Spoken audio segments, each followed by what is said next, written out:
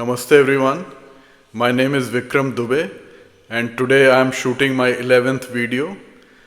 I create videos on Naam Jap, spirituality, meditation, yoga and other related like spiritual topics. I speak on some topic in every video. And Naam Jap literally means chanting God's name. So Naam means name or God's name and Jap means to chant. So I chant Ram Ram with very good benefits. I've been chanting Ram Ram for over 2 years now. And before that, I have been practicing various forms of meditations for over 35 years with very good benefits. But in the last 2 years, since I've been chanting Ram Ram, it has been transformational and I've seen significant spiritual growth within me. So I request everyone to chant Ram Ram, or if you prefer some other name like Krishna Krishna or Radha Radha or Shiv Shiv, Hari Hari or any other God's name. The main thing is the name should resonate with you. You should feel attached to the name. You should feel emotional towards the name. Then it is more beneficial. So, I'm reading this book on yoga. It's called Yoga Sutras of Patanjali. It's a very beautiful book. I encourage everyone who is interested in yoga and meditation to read this book, Yoga Sutras of Patanjali. So Patanjali was a sage in the 1st century of Common Era, and he compiled Yoga Sutras. So Yoga is yoga and Sutra is it's like a thread. So in ancient India, all these like wisdom was written in generally leaves or sometimes leather also, and they were bound by threads, and these threads are called sutra in Sanskrit. So sutras are literally the threads that bind the leaves or the wood or the leather. So Yoga Sutras of Patanjali. So this is an interesting book, and the main theme that I got out of this book is the main theme, and this is a very famous saying by Patanjali, and Patanjali describes yoga as Chitta Vritti Nirodha, which literally means, Chit means, generally it's considered thoughts, Vritti means turning, and the English word, the root vert, comes from vritti. So, for example, introvert, so turn inwards.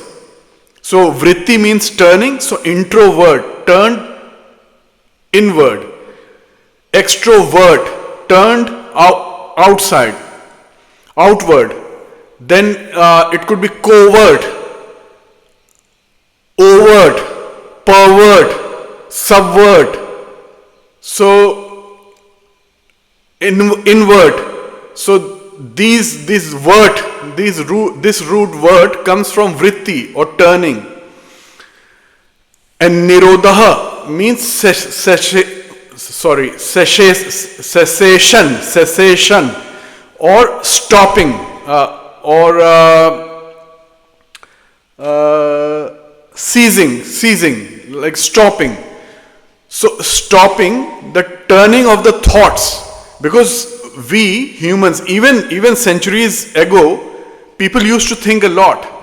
So maybe less, because we used to do a lot of physical work centuries ago. Now we don't do any physical work. It's all mental work, and because of social media, internet and all these things, we think a lot. We don't do any physical work, just think a lot. So Chitta Vritti Nirodha means cessation of the turning of the thoughts. So, all the turning of the thoughts, like continuously one thought after another. So, to stop that, that is the purpose of yoga. So, yoga is not just asanas or postures. Most people believe yoga is just postures, just twisting, turning, postures, asanas. So yoga is not asanas. Yoga literally means union. So union of what? So union of ourselves with the divine. That is the ultimate union. There could be lesser unions also, like union of mind and body, or mind, body, soul. These could be unions also. But the ultimate union is when we realize that we are part of the divine. Our soul is part of the divine soul. It's a connection, and I have spoken about this in my previous videos. So this is the union. This is the yoga we aspire for. And Patanjali said, he basically yoga is coming for centuries and centuries. Yoga is ancient, but Patanjali was the first one to write a book on yoga. So he compiled the Yoga Sutras in a book. So Patanjali said, he popularized Ashtanga Yoga, and I've talked about Ashtanga Yoga in some of my videos. I've spoken about it. Ashtang, Asht means 8, and Ang means limbs like hands and feet. So Ashtang means 8 limbs. So he said 8 limbs of yoga. So the first one is Yam, or universal commandments that everyone has to follow, and they are universal. So it's not dependent upon our religions or nationality or caste or creed or language. It doesn't matter. These are universal commandments, and I've spoken about this in my previous videos, so I won't get into too much detail today.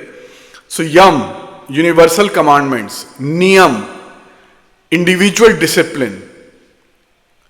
Then third is asan, which is the postures. Fourth is pranayam, or breath control. Fifth is pratyahar, or withdrawal of senses, because senses are outwards, so withdrawal, so going within, so withdrawal of senses. Sixth is dharana, or concentration, ability to concentrate on a single point for a long period of time. That is dharana, or concentration. Seventh is dhyana, or meditation. So most people go into meditation straight away, but that is the 7th limb.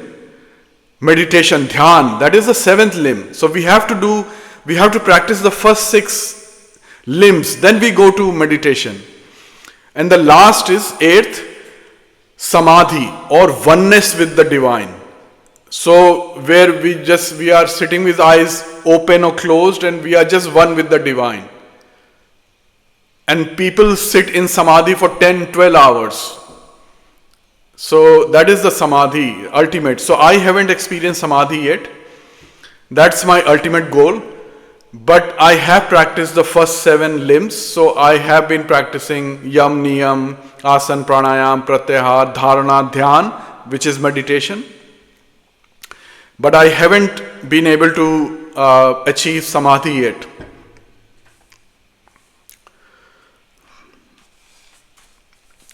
Now, I've spoken in all my previous videos the power of Naam Jap, and my Gurudev Premanandji Maharaj of Vrindavan, India, he says Naam Jap is the most superior and easiest way to achieve enlightenment, or to achieve spiritual growth or spiritual advancement. So Naam Jap is very, very potent, it's very, very strong, and it's easy. We just have to chant God's name, like Ram, Ram, Ram, Ram, Ram, Ram, Ram, Ram, Ram, Ram, Ram, Ram. We are washing dishes, we are polishing our shoes, we are ironing our clothes, we are driving. Just Ram, Ram, Ram, Ram, Ram, Ram. We are walking, Ram, Ram. Or if you are walking or running and you can't chant Ram Ram loudly, then you can practice upanch or whispering. So only the tongue and the lips move and only you can hear. So like this.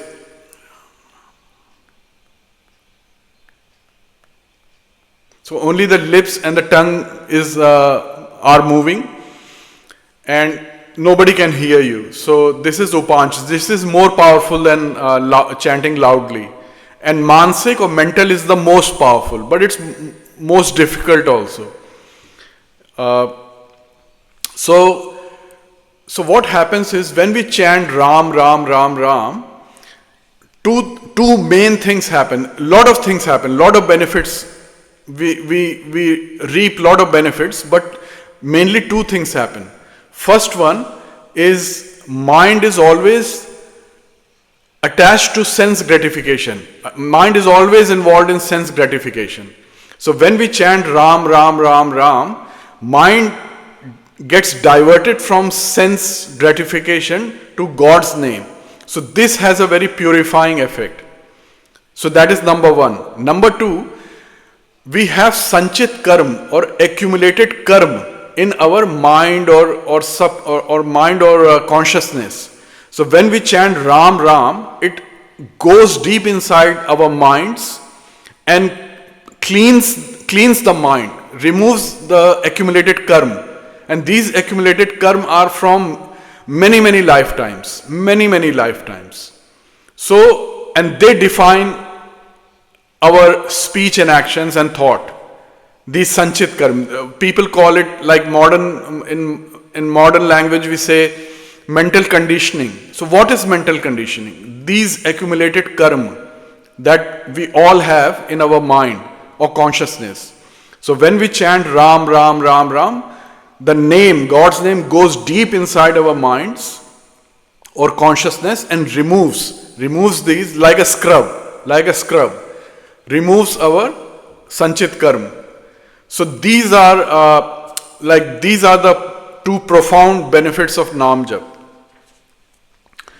And my Gurudev has said, we have sanchit karma, which is from previous lifetimes, and then there is prarabdha. So let's say there are this many sanchit karmas. So suppose we have had 1,000 lifetimes, like 1,000. There are millions, but let's say 1,000. So 1,000 lives. So we have done karma. We do karma every moment. Like I am doing a karma right now. I am speaking, I am moving my hands. So I am doing karma every moment. So for 1,000, let's say 1,000 lifetimes, we have done karma. So they are sanchit karma or accumulated karma. And from all those karmas, some karmas are taken and that becomes our present life. This is called prarabdha. So we have to face prarabdha. We have to tolerate prarabdha. Whether it's good or bad, we have to tolerate. And my Gurudev says, because of prarabdha, we have good and bad experiences in lives. So success, failures, diseases, good, happy events, sad events, accidents, or like big, huge successes. These are all because of prarabdha, which are taken from the accumulated karma. So prarabdha are less than so let's say accumulated karma is 10,000 and prarabdha is 1,000. So we have to face the prarabdha. We can't change it. And that brings me to the concept of destiny or free will. Like a lot of people talk about whether we have free will or is it everything is destined. So my take on this, and I'm not an enlightened master. I'm fairly enlightened, but not fully enlightened. But my take on this is, if we bring our consciousness to this moment, if we focus on this moment, then my belief is we do have free will. For example, I raise this pen, I raise this hand. This is free will. So whether I raise this notebook or pen, this is free will. See, this is free will. And whether, like, it's almost 8 p.m. in Melbourne, so it's my free will. Like, I'm shooting this video. I could have gone for a walk, or I could have had dinner, or I could have read a book, or I could have watched a movie. So if we bring our attention to this moment, then we do have free will. But then, on the other hand, like the big events in life, whether I get the job I want, or whether I get a promotion, or I win the lottery, or whether I lose 10 kilos. So these things, I think these things we can say maybe they are not in our hands, because sometimes, and I have experienced this in my life, sometimes I have worked really hard for something and I didn't get it, and sometimes I desired something and didn't work at all to get it, but I got it. And this has happened to many people I know. So this also happens. So we don't know. And the other thing is we have no control over our destiny. We can't control. What we can control is this moment. So I made a decision to shoot a video instead of watching a movie. So this is my decision. This is free will. And if I keep taking right decisions, like if I keep going for walks rather than eating burgers, then obviously in 6 months or 12 months, I'll see a change in my life. If I keep going for walks, then I'll be fitter. And if I keep eating unhealthy food, I'll be less healthy. So in a way, we have control over our destiny also. So so it depends entirely upon you, what you believe in. So as I said, I'm not an enlightened master, but I just wanted to just give my opinion, just my view on free will and destiny. But I do believe in prarabdha, because my Gurudev has said, I believe in prarabdha. We have to face the prarabdha. So on that note, I'll end today's video. Thank you so much for your time and attention. And if you enjoyed this video, if you learned something, please like this video, share and subscribe. Please write comments and just let me know what you think about free will and destiny, or Ashtang Yoga, or Naam Jap. Just give me your opinion, your views, and I'll be very grateful for that. And ask questions. If you have any questions, ask them. And I'll upload, I've decided to upload 2 videos every week. So I'll upload another video on Saturday night, most likely. Today is Wednesday night, so every Wednesday and Saturday nights. All right. Thank you so much.